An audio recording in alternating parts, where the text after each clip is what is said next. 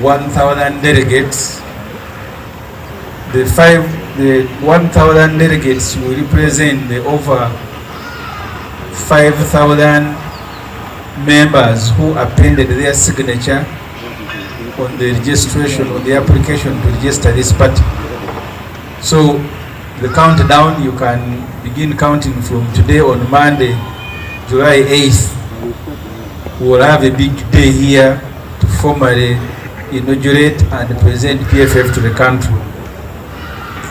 If you recall, we received the certificate of registration on June 5th. On Monday, we will be about 1 month old and some 3 days. So the leadership has a duty to present to the country, the party, who we are, what we intend to do, the objectives, the constitution, and that will be done on Monday next week. It will be done here. So the interim leadership, headed by 8th. So we will inaugurate and present PFF on Tuesday next week. The interim leadership, led by former leader of opposition, the Honorable Ogutu, will also on Tuesday 8th present for approval names of the leaders of PFF. And thereafter, the new leadership will be sworn in and they will assume duties immediately. We will have the regional and sub-regional conferences to follow, at which regional, sub-regional and district leadership will also be inaugurated. That program will be communicated on Tuesday, 8th July.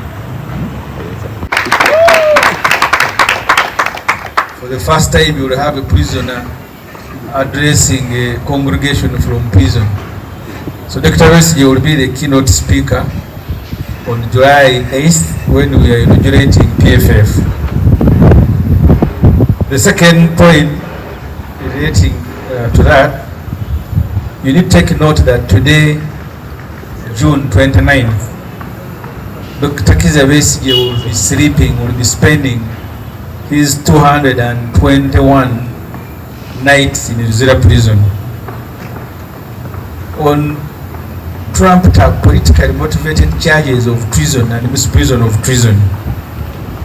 Remember, the Kangaroo Museveni Muhoozi military court charged and remanded Dr. Besigye to Luzira on November 20th last year. Dr. Besigye had been kidnapped from Nairobi, where he went to attend the book launch of former Kenyan Justice Minister, the Honorable Martha Karua's book launch, together with Ajobed Lutale. They were kidnapped on the 16th November, but formally charged in that Kangaroo military court on 20th and remanded. So today, Dr. Besigye will be spending his 221 nights in prison, 6 months and over. Committed him to the High Court for trial. Article 28 of the Constitution commands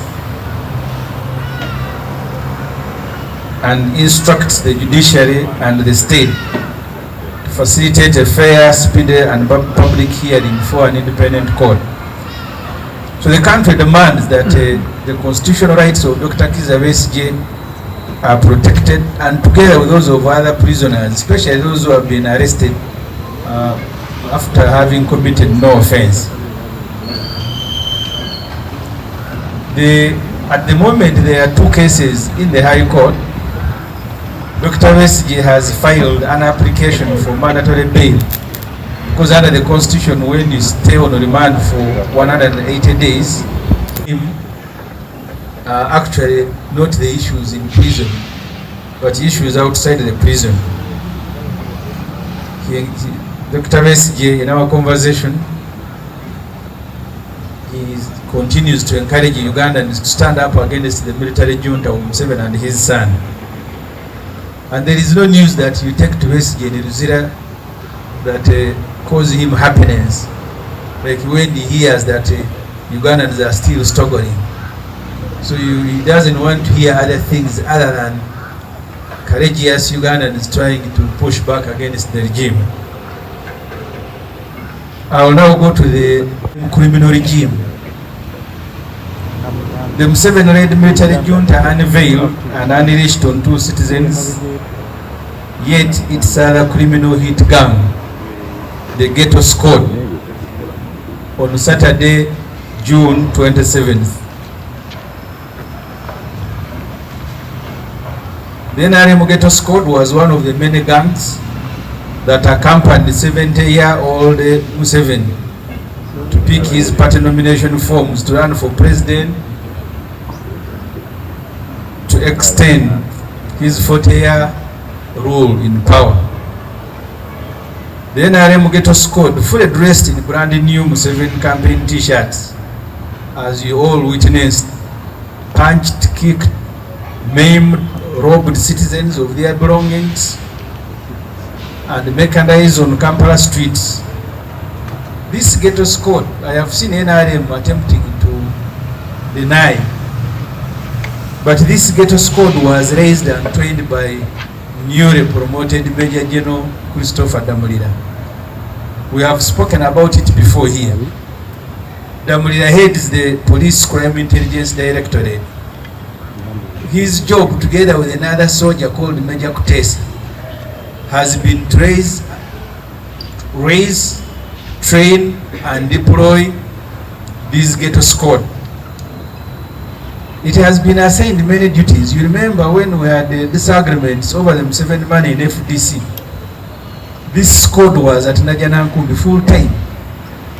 They were beating our people. Remember the chairman of Busia was nearly killed by this group when we had a delegates conference at the nature beach of Chairman Waswabirigu.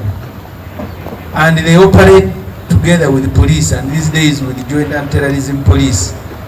So they were torturing our people under the protection of police, and then police would pretend that they don't know them.